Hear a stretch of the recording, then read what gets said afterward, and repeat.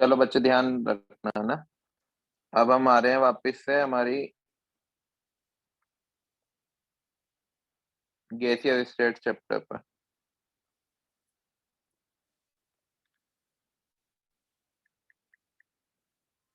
कहाँ तक पढ़ लिया था बेटा अपन ने?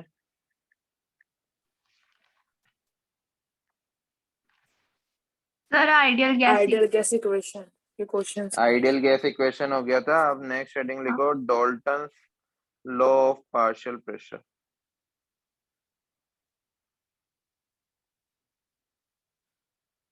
Dalton law of partial pressure.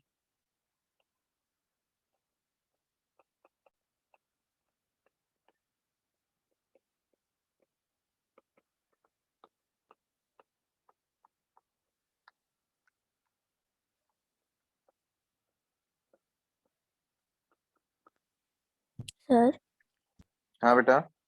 Sir आज भी नोट्स भेज देना ना प्लीज। हाँ भेज दूंगा बेटा, याद दिला देना मुझे। हाँ सर। देखो Dalton law of partial pressure बेटा बहुत ही ज्यादा इजी है। डाल्टन ने ये बताया था कि एक कंटेनर में मान लो एक से ज्यादा गैसेस है। ये हमारे पास कोई कंटेनर है, इसमें कोई गैस है A, B, C, D and F. 5 तरह की गैसेस इसमें हमने गैसेस का मिक्सचर डाल रखा है इस कंटेनर में। तो सारी गैसेस कुछ ना कुछ प्रेशर एक्सर्ट करेगी।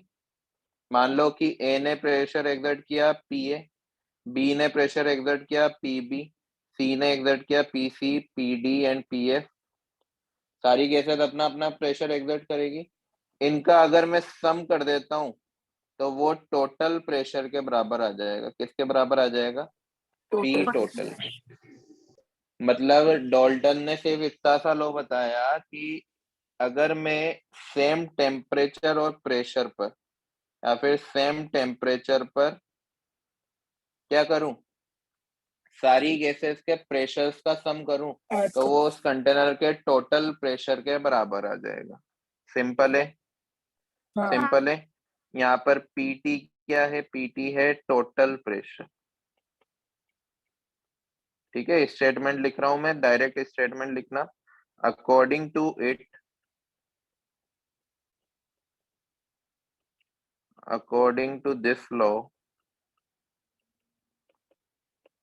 total pressure exerted, बेटा साथ साथ लिखना है ना, जिन्होंने नोटबुक ओपन भी नहीं किया जल्दी से कर लो और साथ साथ लिखो। exerted by mixture of non reacting gases, underline करेंगे हम इस पे, non reacting gases in a container of volume V at temperature T is equal to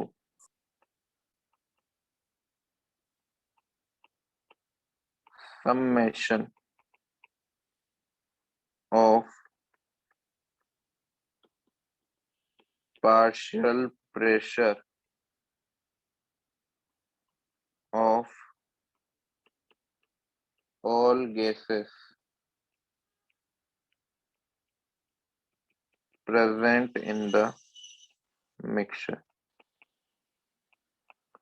वापिस से देखो, मैं समझा रहा हूँ एक और बार। एक कंटेनर में मान लो कि ये 4-5 तरह की गैसेस थी। वो 4-5 तरह की जो गैसेस हैं वो अपना अपना प्रेशर एक्सर्ट करेगी, जिसको हम बोलेंगे पार्शियल प्रेशर। क्या बोलेंगे? Partial pressure. अगर हम उन सारे पार्शियल प्रेशर्स का सम कर दें तो वो इक्वल होगा टोटल प्रेशर के। सिंपल है। जिस तरह से हम टोटल मोल्स निकालते थे तो जितने भी कंटेनर में मोल्स थे उन सभी का सम कर देते थे ना अभी तक। अब यहाँ पर हम मोल्स की जगह क्या कर रहे हैं? प्रेशर्स का सम कर रहे हैं। बात एक ही। क्लियर? हाँ सर। नोट कर लो जल्दी से। मैंने यहाँ पर एक चीज अंडरलाइन की है बेटा, ध्यान रखना। जो गैसेस है वो नॉन रिएक्टिंग होनी चाहिए। मतलब ये वाला जो लॉ उसी टाइम पर लगेगा जब जो मिक्सचर है उस मिक्सचर में सारी गैसेस एक दूसरे से रिएक्ट नहीं करती है। अगर वो रिएक्ट करने लगेगी तो तीसरा नया प्रोडक्ट बना देगी। तो फिर वो ये वाला लॉ एप्लीकेबल नहीं होगा।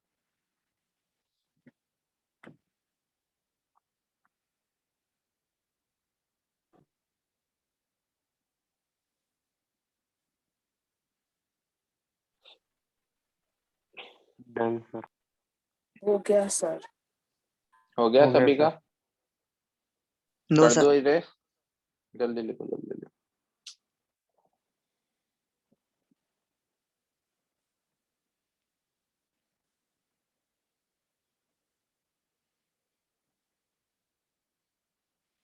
हो गया सर। सभी का हो गया क्या बच्चों? Yes sir. Yes sir. Yes करूँ सर। इरेज? देखो अब एक क्वेश्चन लिख रहा हूं मैं। टू विच, इसका कलर चेंज करते हैं आज।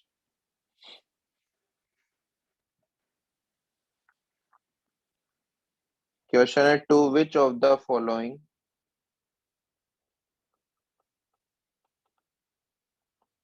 Pair Dalton's law of partial pressure, DLPP लिख रहा हूं मैं, है ना, is not applicable.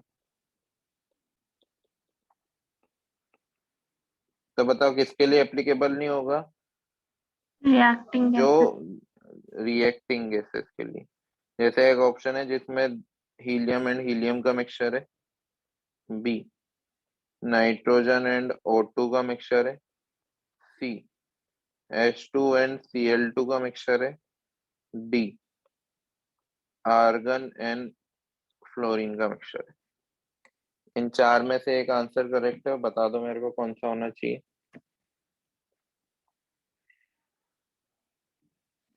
Sir C. Sir D लग रहा है। सी। डी लग रहा है क्या? सी लग रहा है? Yes sir.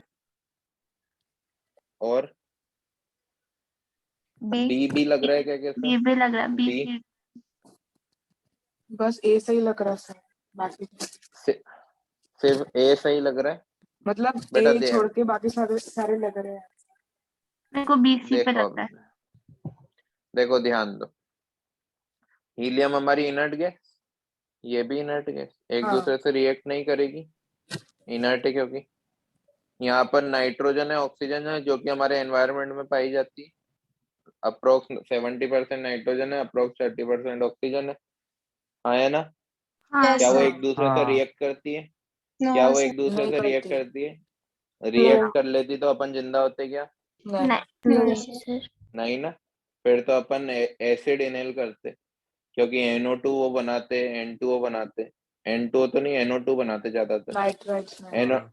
NO2 बनाते, तो वो तो एसिडिक होता तो एसिड इनहेल करते हम तो फिर O2 तो बचती ही नहीं हमारे लिए, जिंदा ही नहीं होते हम। ठीक है, तो ये भी हाँ। नाइट्रोजन को याद है आपको, चिप्स के पैकेट में फिल करते हैं हम, यस सर। है ना, फूड पैकेजिंग में यूज होता है नाइट्रोजन। क्यों? हाँ। क्योंकि नाइट्रोजन एसिडिटी। इनर्ट होता है। इनर्ट क्यों होता है नाइट्रोजन? क्योंकि आपने पढ़ा होगा नाइट्रोजन के बारे में, हाफ फिल्ड होता है, खुद में काफी ज्यादा स्टेबल है, हाफ फिल्ड है ना, इस वजह से इसकी आयनाइजेशन एनर्जी ज्यादा होती है किससे? ऑक्सीजन से, याद है? Yes yes sir. सर। तो नाइट्रोजन यस सर। इनर्ट होता है, इस वजह से हम उसको फूड पैकेजिंग में यूज करते हैं, ताकि वो ऑक्सीजन से बचा सके, फूड को ऑक्सीडेशन होने से बचा सके, रेंसिड होने से बचा सके, इस वजह से नाइट्रोजन का यूज होता है। मतलब बी भी रिएक्ट नहीं करने वाला, नहीं। सी रिएक्ट कर देगा, क्या बना देगा? HCl बन HCl। जाएगा। HCl acid. और यहाँ पर आर्गन हमारा इनर्ट है, इस वजह से आर्गन तो रिएक्ट नहीं करेगा, चाहे फ्लोरीन कर ले, आर्गन तो रिएक्ट नहीं करेगा। तो आंसर क्या होगा? ओनली सी। तो ऐसे क्वेश्चन आ जाए, पहली चीज तो हम देखेंगे कोई इनर्ट गैस तो नहीं दी हुई है, फिर दूसरा हम खुद से सोचेंगे क्या ये गैस रिएक्ट करती है क्या खुद से। हम चाहें तो नाइट्रोजन ऑक्सीजन को रिएक्ट करवा सकते हैं, लेकिन उसके लिए हमें इनको एनर्जी प्रोवाइड करनी पड़ेगी, और इस टाइप की रिएक्शन को हम क्या बोलते हैं? Endothermic reaction. क्या बोलते हैं? Endothermic reaction. ऐसी रिएक्शन जिनको एनर्जी हमें देनी पड़ती है, मतलब जो एनर्जी एब्जॉर्ब करती है, उन रिएक्शन को हम एंडो बोलते हैं। और जो खुद अपने आप हो जाती है और बदले में हमें एनर्जी प्रोवाइड कर देती है, उसको एक्सोथर्मिक बोलते हैं। तो आंसर क्या होगा? सी। समझ आ गया क्या? Yes sir. यस अब सर। देखो अब मैं यहाँ पर हेडिंग लिख रहा हूँ पार्शियल प्रेशर। तो पार्शियल प्रेशर बेटा कुछ भी नहीं है, इंडिविजुअल गैस का प्रेशर है, उसको हम पार्शियल प्रेशर बोलते हैं। जल्दी से डेफिनेशन लिख लो इसकी। Pressure exerted by an individual gas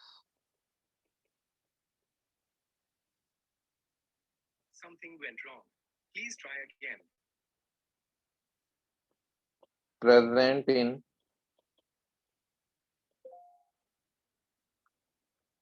mixture। Note कर लो जल्दी से, फिर हम इसका डेरिवेशन करेंगे।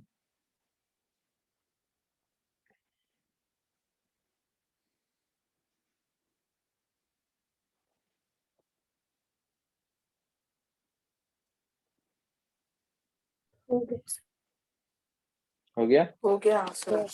हाँ सर। अब डाल्टन लॉ पार्शियल प्रेशर का पहला जो फॉर्मूला था वो तो इजीएस्ट फॉर्मूला था, पीटी इक्वल टू जितने भी गैसेस है उनके पार्शियल प्रेशर का ऐड सम, करके है ना। दूसरा अब फॉर्मूला हम डिराइव कर रहे हैं। देखो एक कंटेनर में दो गैसेस है, G1 एंड G2, दो गैसेस है इस कंटेनर में। G1 के मोल्स को मैं बोल रहा हूँ N1, इसके मोल्स को मैं बोल रहा हूँ N2। ठीक है, मैं यहाँ पे कंटेनर का वॉल्यूम ले रहा हूँ V और टेम्परेचर ले रहा हूँ T। मतलब ये दोनों क्या है, कांस्टेंट है। अब मुझे बताओ कि P टोटल कैसे निकालेंगे। मोल्स तो कांस्टेंट नहीं है अभी, मोल्स तो कांस्टेंट नहीं है, पीवी कांस्टेंट है ना। तो मैं इसको ऐसा लिख सकता हूँ PT इंटू वी, मतलब total pressure into volume equal to total moles N1 plus N2 RT, ऐसा लिख सकता हूँ। Yes sir. PV equal to NRT से, है ना। अब हाँ मुझे अगर हाँ sir. Partial pressure of first gas one निकालना है P1, तो उसको मैं कैसा लिखूंगा, P1 into V equal to N1 RT। Total moles तो नहीं लूंगा ना, ओनली मोल्स किसके लूंगा, जिसका हम पार्शियल प्रेशर निकाल। अगर P2 लेता हूं तो P2 का कैसे करूंगा, P2 into V equal to N2 RT। मैं इसको इक्वेशन 1 बोल दूं, इसको 2 बोल दूं और इसको 3 बोल देता हूँ। ठीक है, कर सकता हूँ। यहाँ तक समझ आया क्या? हाँ सर। अब अगर मैं इक्वेशन 1 और 2 को ऐड कर दूं, एडिंग 2 प्लस 3, तो ये क्या हो जाएगा, ये हो जाएगा P1 प्लस P2, V मैंने कॉमन ले लिया, और यहाँ पे आ जाएगा N1 प्लस N2 RT। समझ आया? मतलब यहाँ से मैं कंपेयर करूं तो कंपेयर, इस इक्वेशन को मैं 4 लिख देता हूँ, कंपेयर 4 एंड 1। तो मैं पहला फॉर्मूला जो हमने पढ़ा था वो प्रूव कर सकता हूँ कि जो PT है वो इक्वल होने वाला है P1 प्लस P2 के। आगे क्या समझ में? तो ये तो हमारा पहला फॉर्मूला था जो हमने स्टार्टिंग में ही लिख लिया था, Dalton's law of partial pressure में। नोट करो यहाँ तक।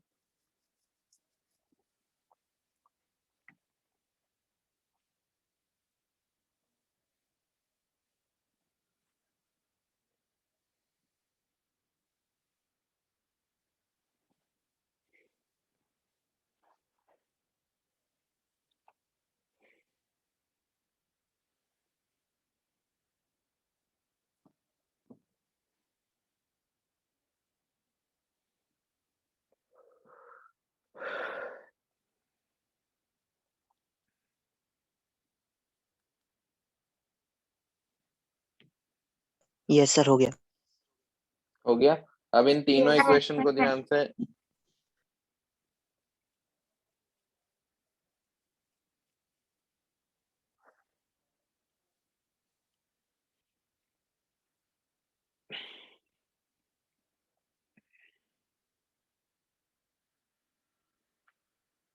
हो गया।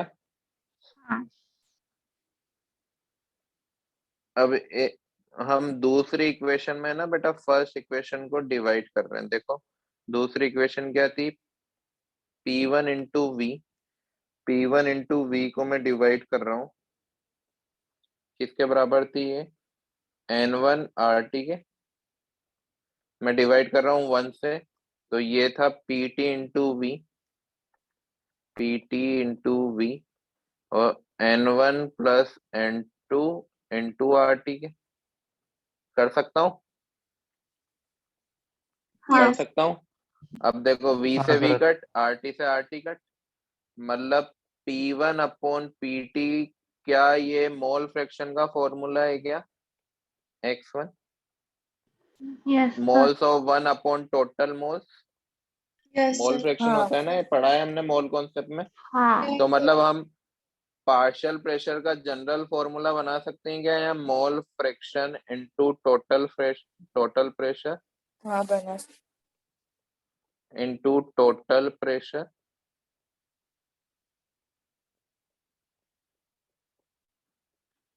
तो ये दूसरा फॉर्मूला काफी ज्यादा इंपॉर्टेंट है बेटा, क्लास 12th में भी आप लोगों के काम आने वाला है। पार्शियल प्रेशर का फॉर्मूला है, क्या है फॉर्मूला, मोल fraction into total pressure. Clear है? यस सर है ना? अगर मुझे P2 निकालना हो तो क्या करूंगा, mole fraction of 2 into total pressure, इस तरह से। P3 निकालना हो, P4 किसी भी गैस का पार्शियल प्रेशर निकालना हो, तो मुझे उसका मोल फ्रैक्शन पता होना चाहिए और टोटल प्रेशर पता होना चाहिए, तो हम पार्शियल प्रेशर इजीली कैलकुलेट कर लेंगे। क्लियर है? Yes yes sir. हाँ नोट सर। कर लो, नोट कर लो। हाँ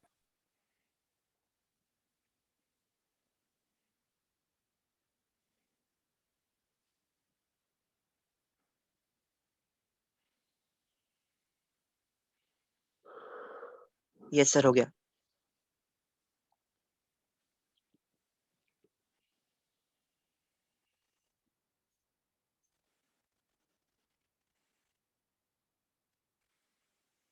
बच्चों समझ आ रहा है ना?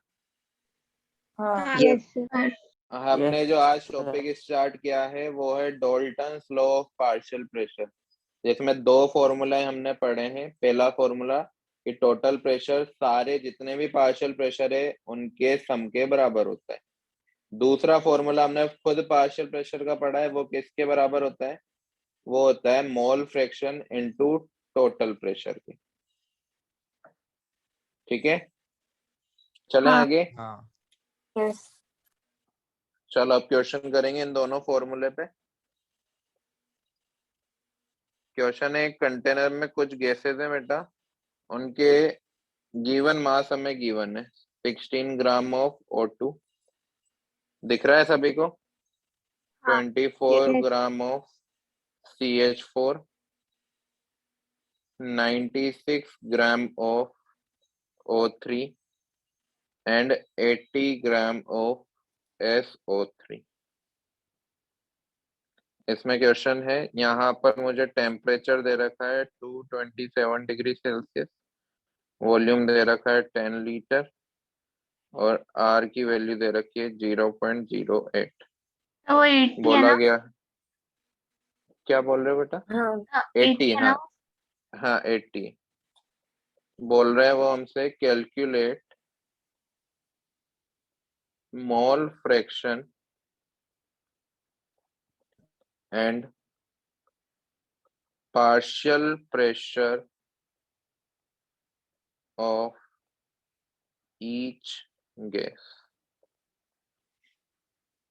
कोशिश करो 2 मिनट में, अगर हो रहा है तो मुझसे बताओ, फिर मैं बताऊंगा आपको। देखो सबसे पहले मैं आपको रोड मैप बता देता हूँ कि किस तरह से इस क्वेश्चन में आगे जाएंगे। सबसे पहले तो क्वेश्चन में गिवन क्या होता है ये समझना है हमें।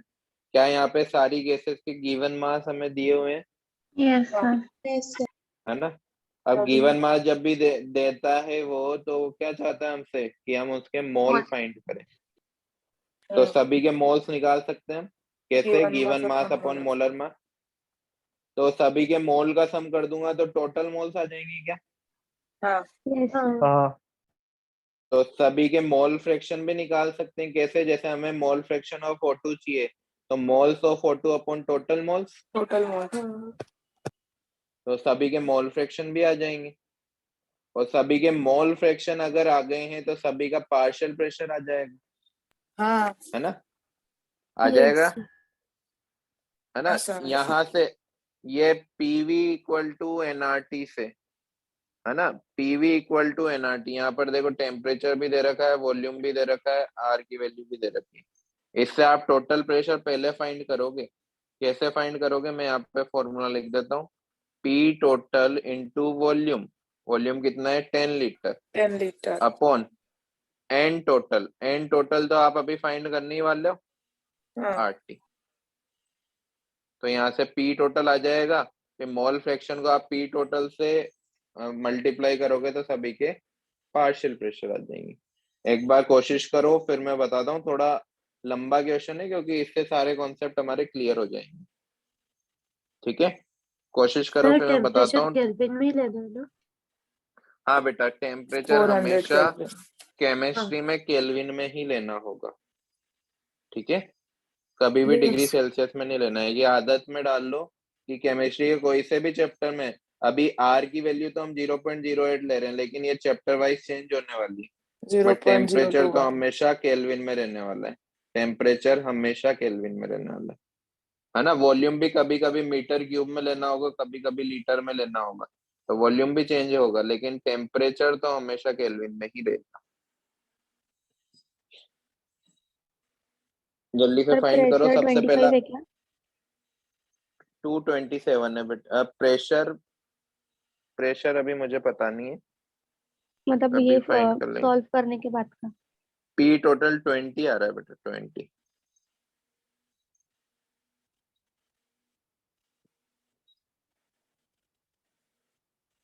सबसे पहला काम मोल्स कैलकुलेट करो, हाँ मोल्स सर। के बाद मोल फ्रैक्शन कैलकुलेट करो। सर 5 आ रहा है क्या मोल पूरा? नहीं बेटा, टोटल मोल्स ज्यादा आने चाहिए ना, एक मिनट 6 चेक करने दो। हाँ, टोटल मोल 5 आ रहा है, सही है,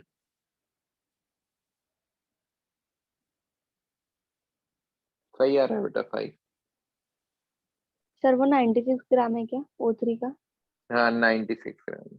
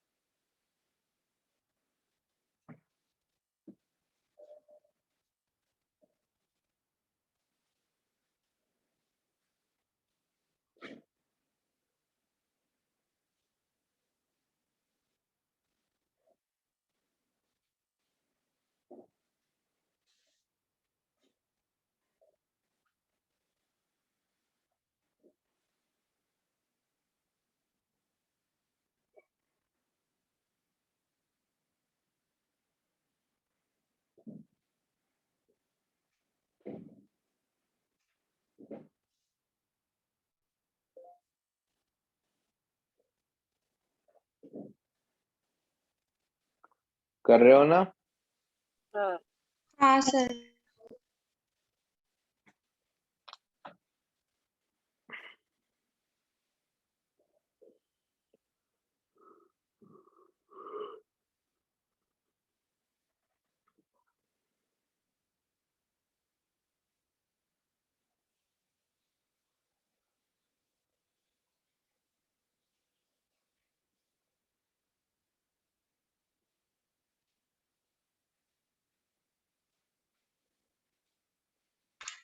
सर टोटल प्रेशर किससे निकालने के लिए बोले थे आपने? बेटा पीवी इक्वल टू एनआरटी लगा के। हाँ सर। सर 200 आ रहा है क्या टोटल प्रेशर? नहीं बेटा टोटल प्रेशर 20 आएगा, ठीक से सोल्व करो।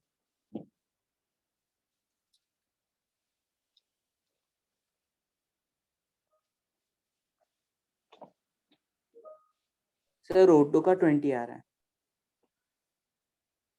किसका किसका 20 आ रहा है? O2 का? हाँ सर। नहीं, देखो मैं बताता हूँ आपको एक एक करके। सबसे पहले तो हमने मॉल, एक मिनट, मॉल्स ऑफ O2 निकाल लो सबसे पहले। मॉल्स ऑफ O2 कितना आ जाएगा? 16/32, मतलब 0.5 मोल। हाँ ठीक है। मॉल्स ऑफ CH4 कितना हो जाएगा? 24/16, 1.5 मोल 1.5 मोल। मॉल्स ऑफ O3 कितना हो जाएगा? 96/48, तो 2 2 मोल। और मॉल्स ऑफ वन SO3 कितना हो जाएगा? 1 80/80, वन मोल 1 मोल।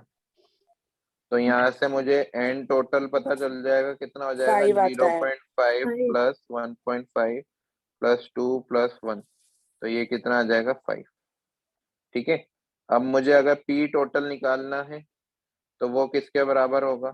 वो होगा NRT। एन क्या लूंगा मैं? N total. आर कितना लूंगा? 0.08। और पी कितना लूंगा? 400। आया ना? Upon we. हाँ वी कितना आ गया? 10। अब देखो ये 5 से 2 टाइम्स, ये पॉइंट हटेगा तो ये 2 0 जाएगा, 2 से ये 2 टाइम्स। सर नीचे 10 कैसे आया? वॉल्यूम है ना बेटा, PV equal volume to NRT. तो ये कितना आ गया हमारा टोटल? 20, नहीं सर गलत, वो 400 कैसे होगा? सर टेम्परेचर 500 टेम्परेचर के 500 500 500 500, 400 नहीं 500 होगा, सही है। 500 अपॉन 2 अपॉन 10, सॉरी। तो ये पॉइंट हटेगा तो ये 2 0 जाएंगे, और ये 2 टाइम्स और ये 4 टाइम्स, तो ये आ जाएगा हमारा 20 ATM। सही लिखा क्या? सही यस लिखा? हाँ यस सही। सर यहाँ तक नोट किया सभी ने? यस यस हाँ सर अब मुझे क्या करना है? मोल फ्रैक्शन निकालने। तो मोल फ्रैक्शन ऑफ O2 कैसे निकालूंगा? टोटल प्रेशर जो कि टोटल था 20 into mole fraction, mole of O2। O2 के मोल्स कितने? 0.5 0.5, 0.5 मतलब 1/2, तो ये हो जाएगा 10 मोल। 10 मोल फ्रैक्शन ऑफ किसका? CH4 का। CH4 CH4 तो ये था 1.5, 3/2 मतलब 3/2 इंटू 20, तो ये हो जाएगा आपका 30 30 30। सही। मोल फ्रैक्शन ऑफ O3 10 हो जाएगा। सर वो मोल तो फ्रैक्शन पार्शियल तो ना प्रेशर हो निकालना गया ना? है। हाँ पार्शियल हाँ हाँ pressure, partial pressure. Number of moles upon total mole.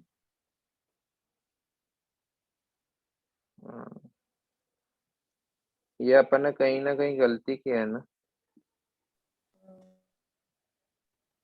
ये मोल सर फ्रैक्शन तो निकाला ही नहीं। मोल फ्रैक्शन निकालेंगे ना अभी तो अपन।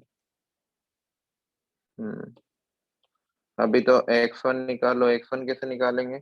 टोटल मोल, मतलब 1/2 अपॉन 5 XO2 कितना है? 1/2 अपॉन 5, तो ये कितना हो जाएगा? 0.1। 0.1 x CH4 बताओ। 3/2 3/2 अपॉन अपॉन 5, 5 मतलब 0.3 0.3। XO3 बताओ, ये कितना था? 2 मोल था ना? 2 2/5, मतलब 0.4। 0.4 x x एक और कौन है? SO3 SO3 1 SO3, मोल 1 मोल तो 1/5, तो ये 1/5 कितना हो जाएगा? 0.2 0.2। 0.2 ठीक है। अब निकालेंगे पार्शियल प्रेशर ऑफ 1। कैसे निकालते हैं? Moles of O2 into mole fraction sorry mole fraction of O2, total pressure mole fraction of O2 into total pressure, तो ये आ जाएगा 2 atm।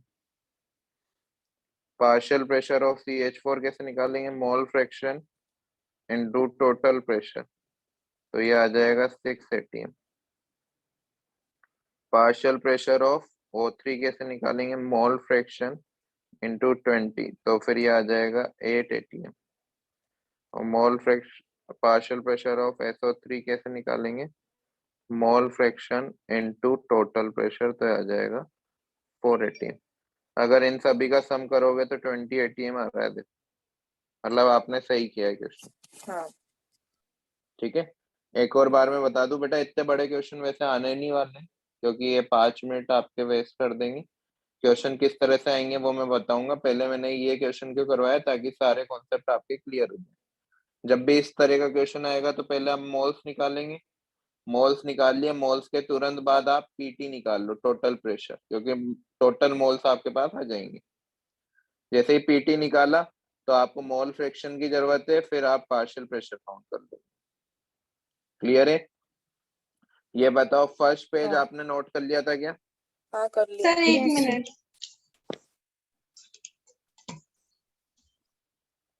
अब मुझे बताओ, इन चारों में सबसे ज्यादा मोल्स किसके थे? O3। O3 O3 के 2 मोल। तो देखना सबसे ज्यादा पार्शियल प्रेशर भी O3 का है। देखो, है ना? yes sir सेकंड नंबर पे किसके मोल्स थे? 1.5 CH4 के। तो सेकंड नंबर पे पार्शियल प्रेशर भी देखो इसका है, दिख रहा है। हाँ थर्ड नंबर पे किसके थे? ये 1 वाले SO3। तो देखो थर्ड नंबर पे यही है, और फर्स्ट नंबर पे यही है। मतलब जितने ज्यादा मोल्स होंगे पार्शियल प्रेशर भी उतना ही ज्यादा होगा।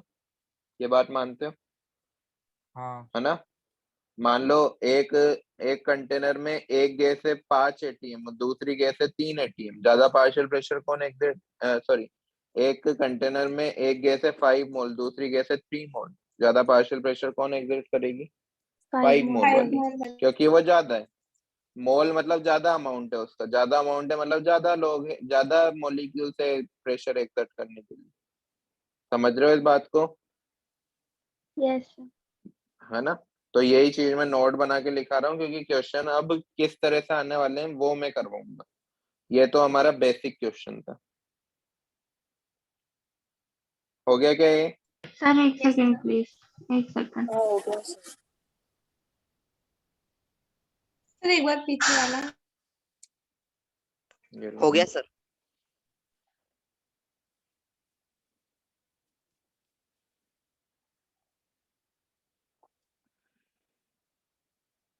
हो गया। ये वाला हो गया। यस सर हो गया।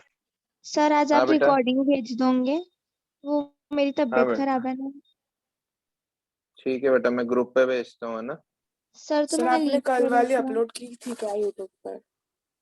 बेटा मैं सैटरडे को नाइट को करूंगा अपलोड, या फिर संडे को सुबह मॉर्निंग में ओके करूंगा, है ना? और फिर ग्रुप में भेज पूरे दीजिए ना कल वाली।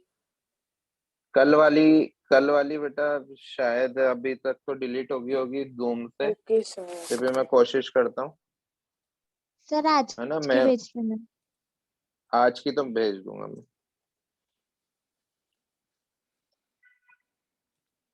कर दो, रेस हो गया ये। यस सर, हो Yes, गया। sir. हाँ सर। अब मैं यही चीज आपको जो अभी मैंने समझाई थी उसको मैं नोट बना के लिखवा रहा हूँ, इंपॉर्टेंट नोट है, लिखना है। Gas having maximum number of moles will have maximum partial pressure।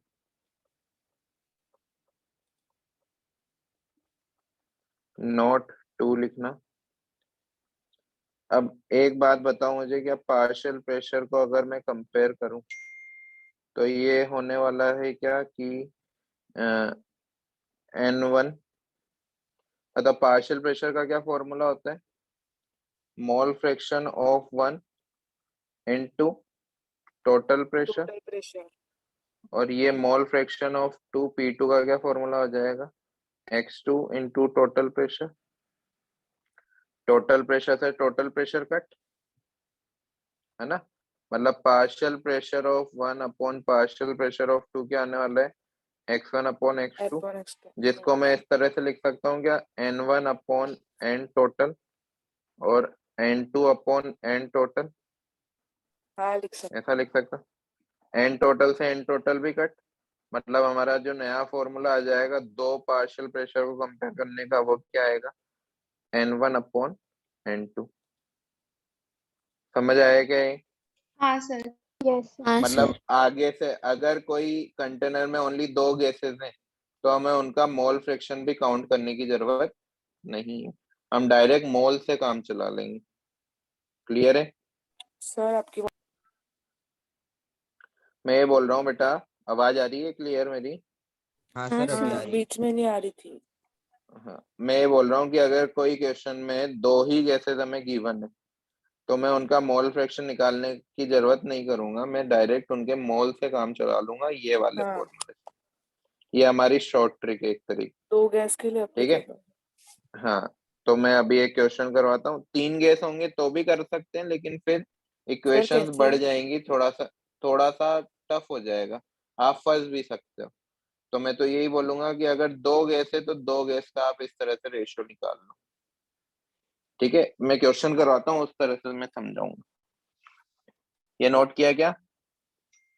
एक सेकंड। यस Yes, सर हो गया। Sir yes sir.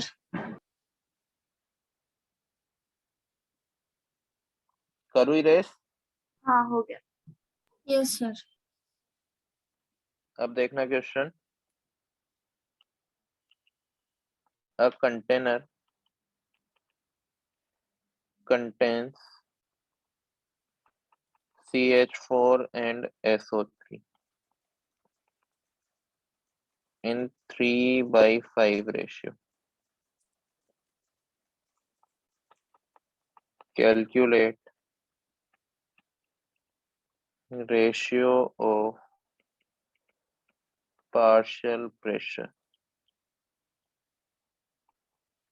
of CH4 and SO3.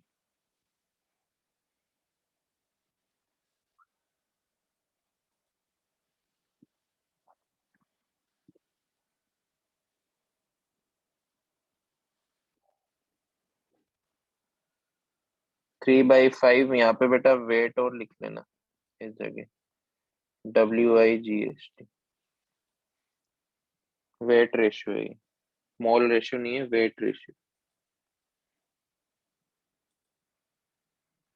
अब देखो ये इसमें क्या दे दिया हमें, वेट का रेशियो दे दिया, लेकिन हम पार्शियल प्रेशर का रेशियो कैसे निकालते थे, मोल्स के रेशियो से। तो मुझे वेट से क्या निकालना पड़ेगा, मोल निकालने पड़ेंगे, है ना? तो मैं क्या मोल्स ऑफ CH4 निकाल सकता हूँ क्या? मैं इसका गिवन मास मान लेता हूँ 3 ग्राम अपॉन इसके टोटल मोल्स कितने हो जाएंगे, 16, sorry molar mass 16। Moles of SO3 भी निकाल सकता हूँ मैं, 5 ग्राम इसका गिवन मास मान लूं और अपॉन 80, है ना? तो अब मैं partial pressure of CH4 upon partial pressure of SO3 निकालूंगा तो दोनों के मोल्स का रेशियो ही होगा वो भी। हाँ। मतलब 3/16 इंटू 80/5, इस तरह से, है ना? हाँ। सही लिखा ना? Yes sir. 3 आएगा। तो ये 5, तो 5 से 5, तो आप हमारा रेशियो क्या आ जाएगा, 3:1। इतना सिंपल क्वेश्चन आएंगे। लेकिन अगर बच्चों को वो रिलेशनशिप याद नहीं होगी कि पार्शियल प्रेशर इज का जो रेशियो है वो मोल्स के रेशियो के बराबर होता है, तो फिर वो पहले क्या करेंगे, मोल्स निकालेंगे, फिर मोल फ्रैक्शन निकालेंगे, फिर पार्शियल प्रेशर निकालेंगे, फिर उनका रेशियो लेंगे, तो वो गलत हो जाएगा। ठीक है, अब टाइम वेस्ट काफी होगा, तो ये वाला जो फॉर्मूला है ये भी इम्पोर्टेंट हो जाता है। क्लियर है? Yes sir. नोट करो जल्दी Yes, से, एक sir. और क्वेश्चन करेंगे। हाँ हो गया।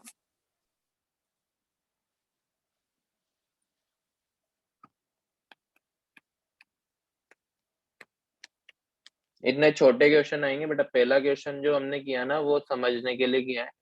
क्वेश्चन इतना लेंदी नहीं आएगा, क्वेश्चन वैसे ही आएंगे जो 1 मिनट के अंदर हो जाए आपसे।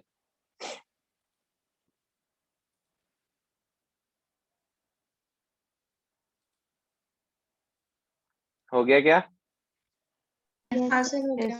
Yes sir. करूँ erase? Yes yes sir. Yes sir. Next question देखना। Total pressure exerted by mixture of two gases A and B is 600 mm of Hg. If partial pressure, note करना है बेटा साथ साथ, of gas A is 240 mm of Hg, then calculate partial pressure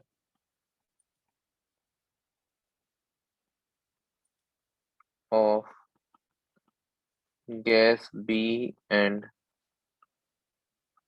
mole fraction of A and B.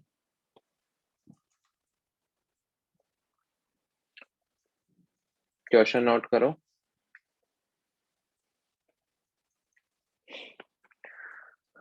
अब ये बिल्कुल बेटा easiest question है। देखो यहाँ पर टोटल प्रेशर कितना दे दिया है, कन्वर्ट 600। नहीं, कन्वर्ट करने की जरूरत ही नहीं है, ध्यान से देखो। 600 mm ऑफ Hg, क्योंकि यहाँ PV इक्वल टू nRT नहीं लग रहा है ना, तो कन्वर्ट करने की जरूरत नहीं है। मतलब जो प्रेशर हम फाइंड करेंगे पार्शियल प्रेशर, वो भी mm ऑफ Hg में ही हो। तो ध्यान दो, टोटल प्रेशर कितना दिया, 600 mm ऑफ Hg, है ना। और वो जो टोटल प्रेशर है वो दो गैसेस से मिलकर बन रहा है, A एंड B। मान रहे हो इस बात को? Yes sir. हेलो, हाँ है ना। सर। तो PA partial pressure of A हमें दे रखा है 240, तो PB कितना हो जाएगा पार्शियल प्रेशर ऑफ B? 600 में से 240 माइनस कर, माइनस 240 तो 360। तो मतलब आधा क्वेश्चन तो सॉल्व। अब आपको टोटल प्रेशर याद हो गया, टोटल प्रेशर आपको दिया हुआ है, पार्शियल प्रेशर आपको दोनों का पता चल गया है, तो क्या आप मोल फ्रैक्शन निकाल सकते हो Dalton's law of partial pressure से? क्या फॉर्मूला था? Partial pressure equal to mole fraction into total pressure. हाँ, तो मोल फ्रैक्शन क्या आ जाएगा, partial pressure upon total pressure. Clear है? करो कोशिश, आंसर बताओ, फिर मैं सॉल्यूशन बताता हूँ।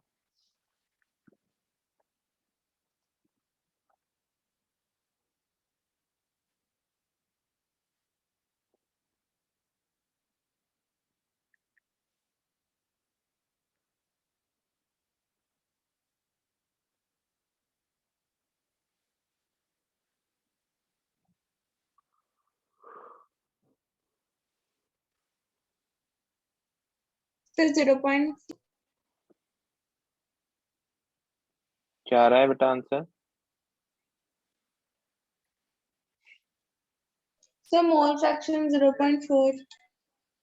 हाँ, और दूसरे का पीबी का 0.6। हाँ, देखो मोल फ्रैक्शन आपको मोल कॉन्सेप्ट में अच्छे से नहीं पढ़ाया है क्या? मोल फ्रैक्शन का जो सम होता है ना बेटा 1 के बराबर होता है। अगर एक दो गैस है किसी कंटेनर में, एक का 0.4 आ रहा है, तो जो दूसरे का 0.6 आ जाएगा, है ना। यस। चलो देखो सॉल्यूशन देखना। सबसे पहले तो हमें टोटल प्रेशर दे रखा है, पी टोटल कितना, 600 mm of Hg। Partial pressure of A कितना दे रखा है, 240 mm ऑफ Hg। तो पार्शियल प्रेशर ऑफ बी कैसे निकाल लेंगे हम? 600 minus 240, तो 360 mm ऑफ Hg। अब बताओ मोल फ्रैक्शन ऑफ ए कैसे निकालूंगा मैं? Mole fraction of A 240 upon 600। Total pressure 240। Upon 240 upon 600, हम्म, तो ये देखो 6 से 4 टाइम, 6 से 10 टाइम, तो ये आ जाएगा 0.4। मोल फ्रैक्शन ऑफ बी कैसे निकालूंगा? 360 अपॉन 600, माइनस 0.4। तो ये आ जाएगा 0.6। 0.6। क्या इनकी कोई यूनिट होती है? नहीं, नहीं। ये मोल्स का रेशियो है, मोल से मोल कट हो जाती है यूनिट, इस वजह से कोई यूनिट, तो ये आंसर हो जाएगा। सिंपल है। हाँ, यस इरेज करूं? यस सभी ने लिखा? अच्छा सभी ने लिखा? तो इतना हाँ सा हमारा बेटा टॉपिक था Dalton's law of partial pressure, जिसमें हमने 3 फॉर्मूला देखे। फर्स्ट फॉर्मूला ईजीएस formula, P total equal to summation of all partial pressure, ठीक है, इजी है। सेकंड फॉर्मूला जो कि था पार्शियल प्रेशर का, वो क्या था? Partial pressure is equal to mole fraction into total pressure. Clear second formula. और third formula ratio of partial pressure is equal to ratio of moles. Simple है, सिंपल है बच्चों। Yes sir. हाँ sir. Yes sir. चलो next हम topic देख रहे हैं, इस टॉपिक को बोलते हैं पेलोड। पेलोड का मतलब कि कोई कितना वजन, कितना वेट कैरी कर सकता है, उठा सकता है, उसको बोलते हैं पेलोड। और पेलोड हम निकालना सीखेंगे हॉट एयर बलून का। किसी ने देखे हैं हॉट एयर बलून? हाँ सर देखिए। देखे हैं। यस है ना? देखे सर। बैठा भी है क्या? कोई बैठा हुआ भी है क्या नहीं, उसमें? बैठे नहीं है, बस नहीं बैठे नहीं है। देख रहे हाँ, हैं बस। तो जब भी आप हॉट एयर बलून पे जाओगे ना बेटा, तो उसके नीचे एक थोड़ा सा वो बोगी जैसा। थोड़ी सी लकड़ी की बोगी जैसा वो बना रहता है, उसमें हमको हाँ। बैठना होता है, खड़ा होना हाँ। पड़ता है। तो उसी में ना एक मेटल की वो लगी रहती है प्लेट, उसमें उसकी वेटेज लिमिट बताई जाती है। जैसे लिफ्ट में लिखी होती है ना कि 4 आदमी बैठो, या वेट की लिमिट भी बता हाँ। देते हैं, इतनी लिमिट है, हाँ। वैसे ही वहां पे भी लिखी रहती है। तो वो लिमिट कैसे निकालते हैं वो हम इस टॉपिक में सीखेंगे, ठीक है। अब सबसे पहले तो इस टॉपिक को सीखने के लिए हमें ये मैकेनिज्म समझना है कि वो जो हॉट एयर बलून है वो हवा में उड़ता कैसे। क्लियर है? अब हवा में आपको अगर याद हो, अगर आपने फिजिक्स में पढ़ा हो, तो एक फोर्स का नाम होता है बेटा बायन्सी फोर्स। नाम सुना है क्या यस सर बायन्सी पढ़ा फोर्स है। का? है कौन ना? सी? हाँ सर। अब बायन्सी फोर्स की वजह से हम क्या करते हैं, किसी भी चीज को उड़ा सकते हैं। जैसे एरोप्लेन भी उसी वजह से उड़ता है। आप एक चीज मानते हो कि अगर मैं 10th माले से एक पत्थर को फेंकूंगा तो काफी ज्यादा नीचे जल्दी जाके गिरेगा नीचे, है ना, नीचे किसी का सर हाँ। फोड़ेगा। लेकिन हाँ। अगर मैं उसकी जगह एक कागज का एरोप्लेन उड़ाऊं तो वो थोड़ी देर से पूछेगा क्या? हाँ। Yes sir. हाँ। क्योंकि एयर क्या कर रही है, एयर भी उसके ऊपर एक उल्टी साइड में रेजिस्ट प्रेशर कर लगा रही रही है। है, जो उसको ऊपर ले जा रही है, रजिस्ट कर रही है, रजिस्ट कर रही है, सही बात है ना? उसी तरह से हॉट एयर बलून का ये मैकेनिज्म है कि हम बलून में ना ऐसी गैसेस भरते हैं जो एयर से हल्की हो। अगर मैं एयर का हीलियम। एवरेज मोलर मास निकालना चाहूं तो एयर में 2 मेजर कॉन्स्टिट्यूएंट है। कौन कौन से? एक तो nitrogen and nitrogen, oxygen. Oxygen. Nitrogen का मोलर मास कितना? 28। ऑक्सीजन का कितना? 32। 32। तो अप्रोक्स इनका जो एम एवरेज आएगा 28 से 32 के बीच में आएगा, 29 समथिंग, हाँ। है ना? तो अगर मैं 29 ग्राम से कम मोलर वेट वाली गैसेस को फिल करूंगा किसमें? हॉट एयर बलून में, तो वो इजीली भरेगी, इजीली उड़ने लगेगा। कौन? बलून। सिंपल है, हाँ सिंपल है क्या? हाँ। अब हाँ। ये जो बलून है, अब मैं क्या चाहूंगा कि मैं इसमें हल्की से हल्की गैस भरूं। ऐसा तो नहीं है कि मैं नियोन गैस भर दूं या फ्लोरीन गैस भर दूं। हीलियम अब मैं गैस। तो चाहूंगा ना हल्की से हल्की भरूं, ताकि मुझे कम से कम गैस भरनी पड़े और मैं इजीली उड़ जाऊं, है ना? तो हम क्या करते हैं, बलून्स में हीलियम गैस भरते हैं। क्या भरते हैं? Helium helium. गैस, क्योंकि इजीली अवेलेबल भी होती है, सस्ती भी होती है, और हम हल्की भी। इजीली हल्की भी होती है ना? और इससे भी इजीली अवेलेबल होती है हाइड्रोजन गैस। हाइड्रोजन। हाइड्रोजन को हम इजीली वाटर से बना सकते हैं, हाँ है ना, बना सकते हैं इलेक्ट्रोलिसिस करवा के हाइड्रोजन एंड हाँ। ऑक्सीजन को। तो हाइड्रोजन को भी भर सकते हैं, लेकिन उसके साथ एक प्रॉब्लम है कि अगर हमने हाइड्रोजन भरा, गलती से आग लग गई, तो हम फिर दोबारा भरने लायक नहीं रहेंगे। क्या एक्सेस होगा, कर लेके वो। है अगले ना? जन्म में बढ़ सकेंगे सर फिर। हाँ, अगले अगले जन्म में ट्राई करेंगे, फिर ये एक्सपेरिमेंट अगले जन्म के लिए पोस्टपोन्ड हो जाएगा, हाँ है ना? तो हम इसलिए क्यों नहीं भर सकते, क्योंकि काफी ज्यादा कंबेशेबल गैस होती है हाइड्रोजन, ब्लास्ट करती है। याद है पॉप साउंड हाँ निकलता है, सर, पॉप, हाँ हाँ हाँ हाइड्रोजन से। है ना, है ना? लेकिन अभी जो हमारे छोटे मोटे मार्केट में मिलते हैं ना, वो एयर वाले बलून जो ऊपर उड़ते हैं हवा में, हाँ उनमें उसमें भी हाइड्रोजन हीलियम ही ही होता होती है। है। हीलियम होता है हीलियम उसमें। नहीं होती बेटा, वो फॉरेन में मिलते हैं हीलियम के बलून। इंडिया में तो हाइड्रोजन से काम चल रहा है, क्योंकि इंडिया में लोगों की जान की कीमत उतनी महंगी नहीं है, सस्ती है यहाँ के पे हाँ जान की कीमत, हम्म। है ना? हाँ क्यों? क्योंकि जो बलून बेचते हैं वो पढ़े लिखे तो है नहीं, वो ऐसे ही जो पाँच खुद रुपए का बना एक। सकते हैं वो। हाँ, हाइड्रोजन वो गैस सस्ते इजीली में वो होते हैं बना सकते इसीलिए। हैं घर पे, सस्ती होती है, इस वजह से वो भर देते हैं। लेकिन गलती से चिंगारी लग गई, तो फिर बेटा कभी बलून खरीदने लायक नहीं रहोगी। हाँ तो ठीक है, है। तो वो बलून मत हाँ खरीदना। खरीदो तो अच्छे अच्छे सोर्स बचपन से में खरीदना, खरीदते जो, थे। हाँ, हीलियम गैस के हों वो बलून, है ना? तो वो बलून उड़ क्यों रहे हैं? क्योंकि वो हल्की गैस है, इस वजह से उड़ रहे हैं। अब उड़ कैसे रहे हैं? तो यहाँ पर बेटा हमें क्या निकालना है कि ये जो हॉट एयर बलून है, उससे हम कितना वेट बांध सकते हैं कि 500। वो इजीली ऊपर चला जाए, है ना? तो इसी को हम क्या बोलते हैं? पेलोड बोलते हैं। वेट जो वो ऊपर अपलिफ्ट कर सकता है, उसी को क्या बोलने वाले हैं? पेलोड बोलने वाले। अब पेलोड निकालने के लिए बेटा हमें 3 मासेस की जरूरत होने वाली है, M1, M2 and M3। M1 होगा मास ऑफ एयर डिस्प्लेस्ड। क्या होगा? Mass of air displaced. मान लो कि ये बलून धीरे धीरे ऊपर जाता जा रहा है, तो एयर को डिस्प्लेस करता जा रहा है ना? हाँ जैसे मान लो यस कि सर, मैं, ट्रेन एक पूरी की पूरी भरी हुई है, अब ट्रेन के मुझे अंदर जाना है, तो मैं क्या करूंगा? मेरे आगे जो भी आएगा उनको डिस्प्लेस करता जाऊंगा, साइड छोटी छोटी जगह चीरते बनाता जाए। हुआ जाऊंगा, चीरते हुए जाऊंगा।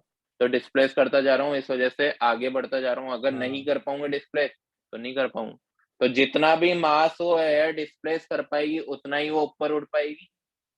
हाँ और मुझे मास ऑफ हाँ एयर डिस्प्लेस निकालना है। अगर मैं वो मास ऑफ एयर डिस्प्लेस निकाल लूं और उसमें से माइनस कर दूं दूसरे मासेस को, तो मेरा पेलोड आ जाएगा।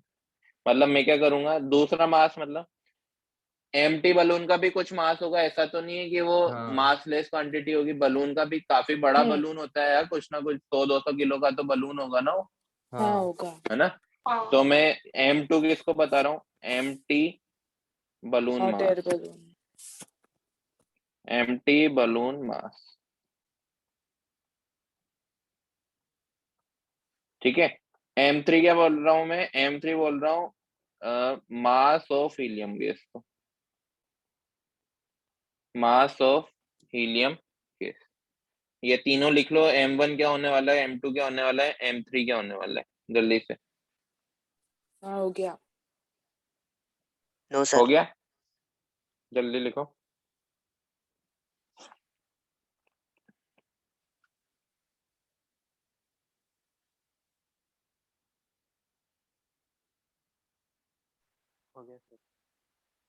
हो गया क्या? Yes yes sir, sir. हाँ सर। एक हाँ मिनट सर।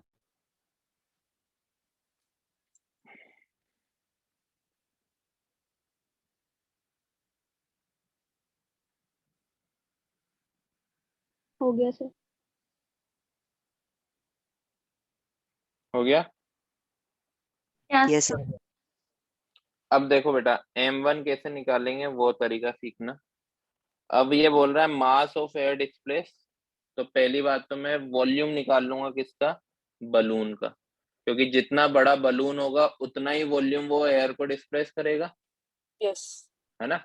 जैसे जितना मोटा मैं हूँ, ट्रेन में घुसा तो उतनी जगह अपने लिए बनाऊंगा आगे डिस्प्लेस करने में, हाँ हाँ यस सर, है ना? तो मैंने क्या लिख दिया इसको? Volume of balloon. लेकिन हमें तो मास निकालना है, तो वॉल्यूम को मुझे किससे Volume into मल्टीप्लाई करना density. पड़ेगा? डेंसिटी। डेंसिटी और डेंसिटी में किसकी लूंगा? क्योंकि मास ऑफ एयर है तो डेंसिटी Balloon भी किसकी होगी? एयर की। बलून की नहीं बेटा, एयर की, क्योंकि मास ऑफ एयर निकाल रहे हैं ना। हाँ समझ आ गया? हाँ समझ आ गया? M2 जो होगा मास ऑफ एम्प्टी बलून, ये क्वेश्चन में गिवन होगा, गिवन इन क्वेश्चन, ये निकालने की जरूरत नहीं है। ठीक है। M3 जो होगा वो M3 हम निकालेंगे मास ऑफ हीलियम गैस को किससे? PV इक्वल टू nRT से। M क्या होगा बताओ हीलियम का? 4RT। तो ये W हम निकाल लेंगे। समझ आ गया? Yes Yes. समझ आ गया? अब हमें पेलोड हाँ। निकालना है बेटा। अभी हाँ। तो हमने ये तीनों मास की बात करी। पेलोड क्या होगा? पेलोड होगा जब हम जितनी एयर को डिस्प्लेस किया हुआ है उसमें से किसको माइनस कर दें? M2 प्लस M2 M3 को, प्लस तो वो क्या हो जाएगा? पेलोड हो जाएगा। अब पेलोड क्या है समझ आ गया? कि कितने लोगों को वो ऊपर लेके उड़ने वाला है, वो पेलोड है। कितने वेट को वो ऊपर ले जा सकता है, वही क्या है? पेलोड है। अब मैं डायरेक्ट बेटा क्वेश्चन कराऊंगा इसका, एक ही क्वेश्चन करवाऊंगा क्योंकि ज्यादा इंपॉर्टेंट है नहीं है, लेंथी क्वेश्चन हो जाते हैं। बट इसमें बेटा थोड़े से एडवांस लेवल का माना जाएगा इस टॉपिक को, क्योंकि यूनिट कन्वर्जन आ जाता है। क्या आ जाता है? Unit conversion. यूनिट कन्वर्ट तो जिसमें भी यूनिट कन्वर्जन आ जाए वो थोड़ा सा एक स्टेप ऊपर वाले क्वेश्चन माने जाते हैं। ठीक है, चलो क्वेश्चन लिखते हैं। आप ये समझ आया है यहाँ तक? Yes. सर वो W हाँ, के सर। नीचे क्या है? बेटा 4 है ये, molar mass of helium gas 4 होता है ये। ठीक है।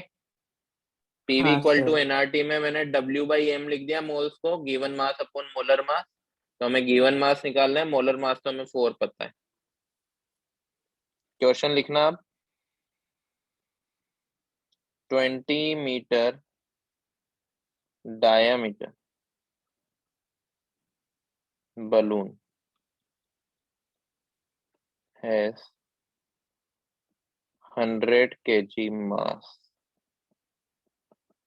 If HE gas is filled at 2 atm and 27 degrees Celsius in balloon, and density of air is 1.2 kg per meter cube. Calculate payload. जल्दी से क्वेश्चन नोट करो, फिर मैं समझाता हूँ इस क्वेश्चन को।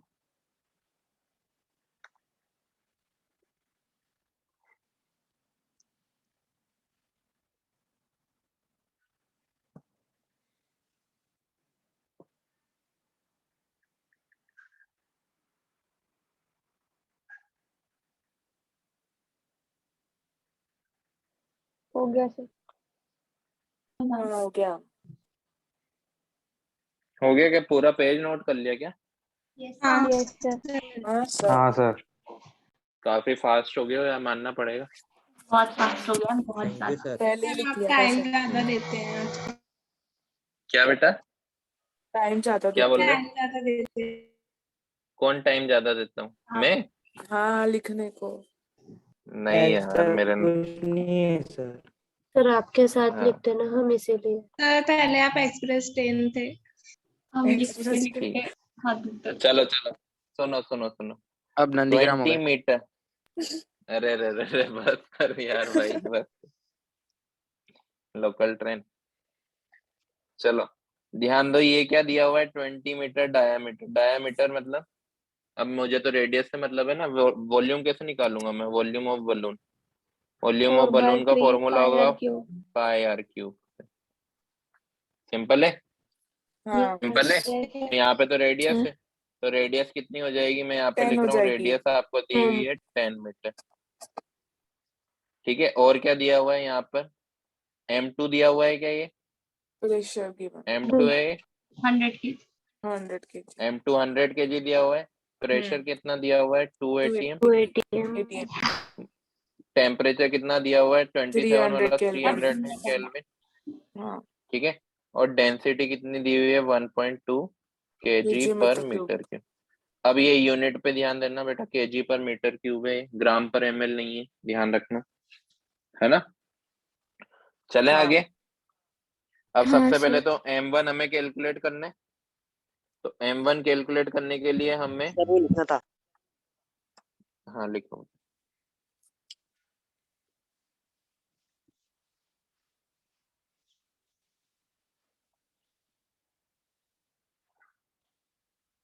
हो गया। हो गया क्या।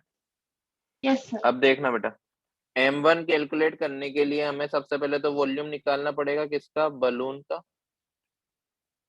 वो कैसे निकलेगा, 4/3 पाई r R क्यूब cube से, हम्म तो 4/3 पाई मतलब 3.14 22/7 इंटू सर वो 1000,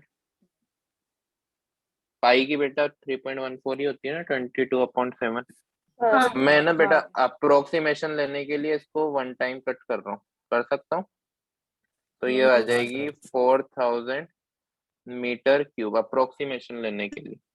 अब मैं यहाँ पर, हाँ अब ये मीटर क्यूब में कई बार मुझे लीटर में भी निकालनी पड़ेगी, तो मैं इसको लीटर में भी निकाल लेता हूँ, और क्या 1 करूंगा, litre 10 10 to the power 3 liters 3 divide से, कर डिवाइड नहीं बेटा, डिवाइड नहीं, मल्टीप्लाई, क्योंकि 1 मीटर क्यूब किसके इक्वल होता है, 1000 10 to the power litre. 1000 litre. Litres. तो ये क्या हो जाएगा, 4 into 10 to the power 6 litre. Litre. Simple है, हाँ सिंपल है, हाँ। दोनों की काम पढ़ना पड़ रहा है हमें, काम आएगा अभी दोनों, ध्यान रखना। अब मुझे m1 निकालना है, तो मैं क्या कर लूंगा, इसको डेंसिटी से मल्टीप्लाई कर दूंगा। मीटर क्यूब को हाँ। डेंसिटी क्या दे रखी है, 1.2 kg इसे भी तो पर कन्वर्ट करना मीटर पड़ेगा क्यूब, नहीं करना पड़ेगा ना बेटा, मीटर सर क्यूब से मीटर डेंसिटी क्यूब कट, हाँ मीटर क्यूब से मीटर क्यूब कैंसिल, तो हमारा क्या आ जाएगा, ये 4.8 या 4800 kg। आ गया क्या, हाँ हाँ सर। समझ आया। मीटर क्यूब क्यों यूज किया, क्योंकि डेंसिटी भी kg पर मीटर क्यूब में थी। क्लियर है। यस m2 हमें क्वेश्चन में गिवन है, कितना है m2, 100 kg, तो इसमें तो कोई मतलब नहीं है। अब निकालना है m3। m3 क्या था बताओ, मास ऑफ हीलियम गैस, हाँ या ना, यस हाँ यस हाँ सर। हाँ बताऊं, निकालो उसको भी, यस सर। हाँ ये नोट कर लिया, हाँ यस सर। नोट कर लो, नोट कर लो जल्दी।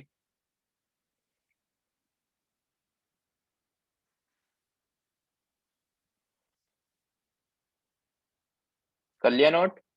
यस हाँ सर।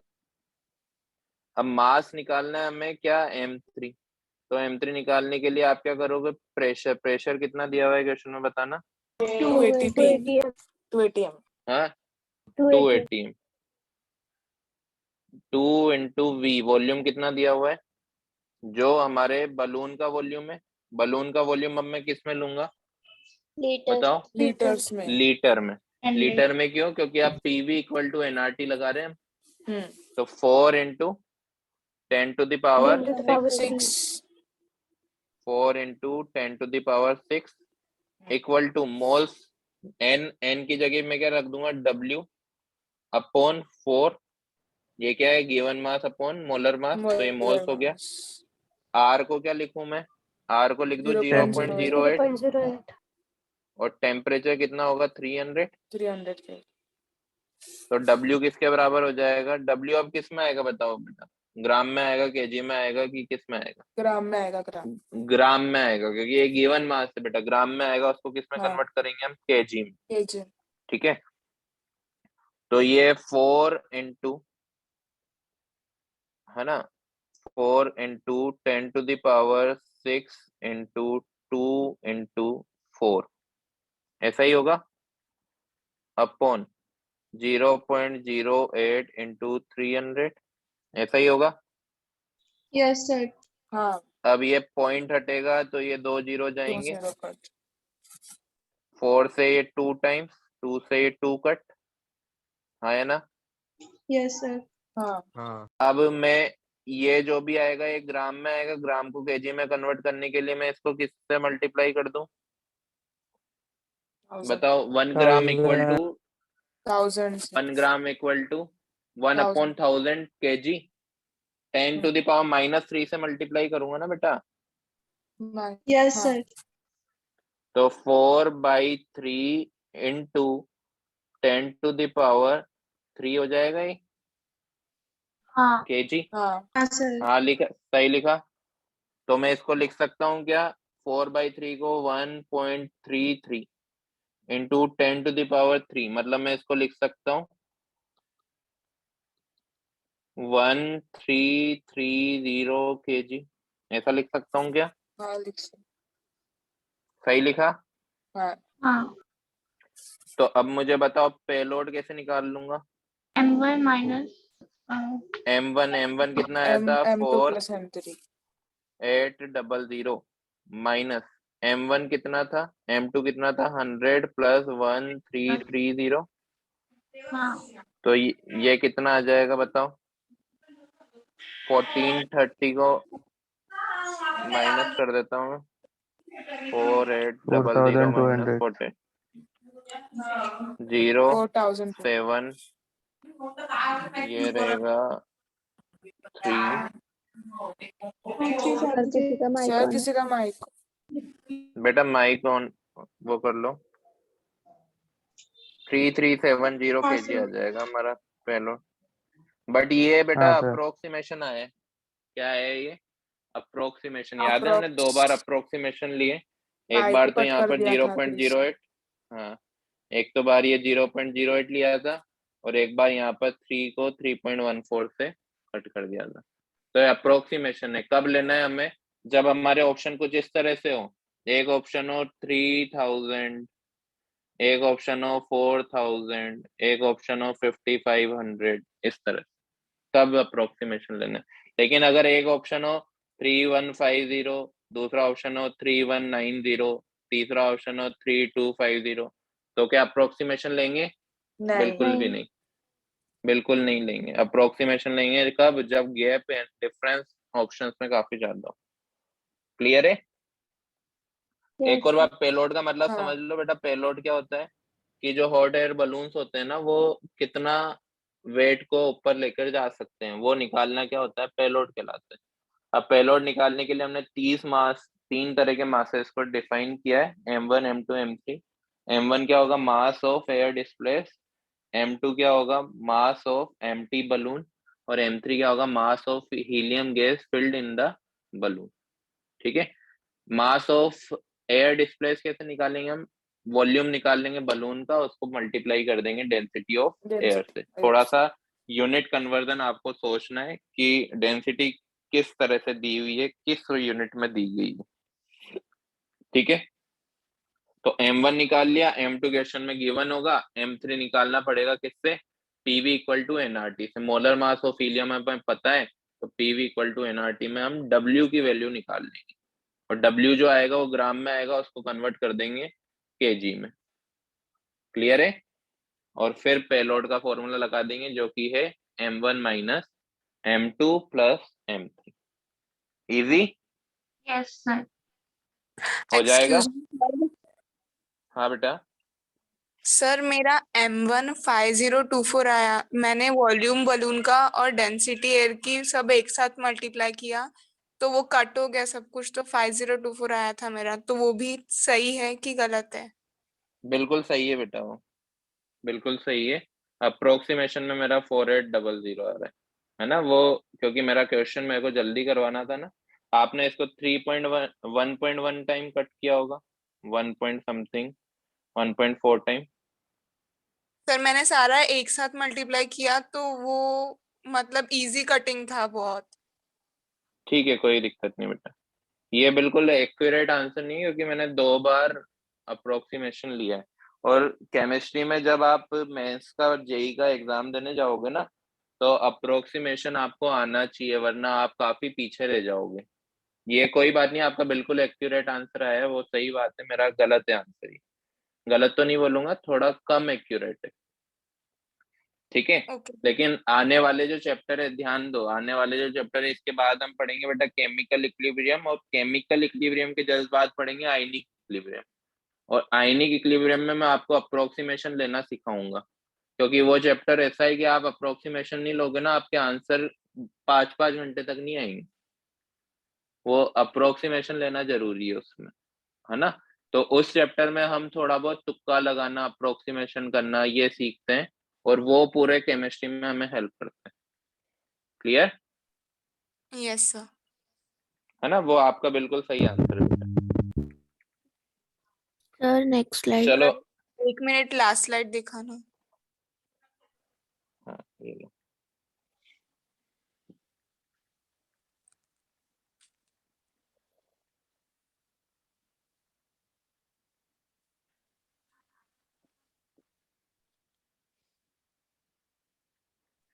ओके सर हो गया। चलो बेटा नेक्स्ट क्लास में मिलते हैं, कल है ना अपनी क्लास। तो हाँ, होमवर्क है कल। B9 ही है ना होमवर्क, हाँ, यही एडवांस की DPP। हाँ चलो कल करके लाना, 10 क्वेश्चन से कल डिस्कस और करते हैं। केमिकल बॉन्डिंग की शीट। केमिकल बॉन्डिंग की शीट, हाँ वो भी करेंगे, लेकिन बेटा अभी मर्ज हो गया है तो वो आप मुझसे डाउट क्लास में करवाना फिर, है ना। ओके है ना, आप खुद से करो डाउट क्लास में, हम केमिकल बॉन्डिंग की शीट कर लेंगे, क्योंकि इन लोगों की वो हो चुकी है A3 वालों की। Sir clear. A3 में GOC की बची है। Okay sir. हाँ वो A3 वाले बेटा GOC की शीट करो खुद से, और डाउट क्लास में फिर अपन करेंगे, हाँ सर।